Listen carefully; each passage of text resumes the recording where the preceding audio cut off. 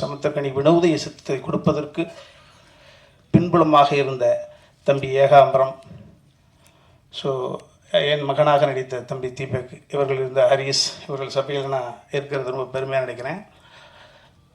மோர்ச்சா ஒரு அழகான தேவதை அறிமுகப்படுத்தியிருக்கிறாங்க. தங்கை கவிதா சொன்னதை போல் தம்பி சமுத்திரக்கனி என்னாவே நான் அடிக்கடி ரொம்ப சாதாரணமாக எங்கள் அம்மாவுக்கு கடைசி தம்பி குமார், தம்பி பாண்டியராஜ் சொன்னதை போல் அவன் எப்படி அண்ணன் என்று சொன்னால் எங்கள் அண்ணனையும் அதே மாதிரி நான் தம்பி அப்படின்னா கனி தான் வச்சுருக்கேன். இது மாதிரி எல்லோரிடமும் இந்த மாதிரியான ஒரு உணர்வை கொண்டு வந்து செலுத்துவது என்பது ஒரு அதிகாரத்தினால் முடியாது, அன்பினால் மட்டும்தான் முடியும். அடுத்து உழைப்பினால் முடியும்.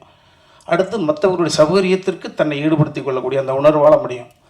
ஸோ அந்த வகையில் தம்பி சமுத்திரக்கனி உயரத்தில் இன்னும் பார்த்தா ட்ரெய்லரில் பார்த்தீங்களா மேப்பட மெனக்கெடுதல் அந்த தமிழா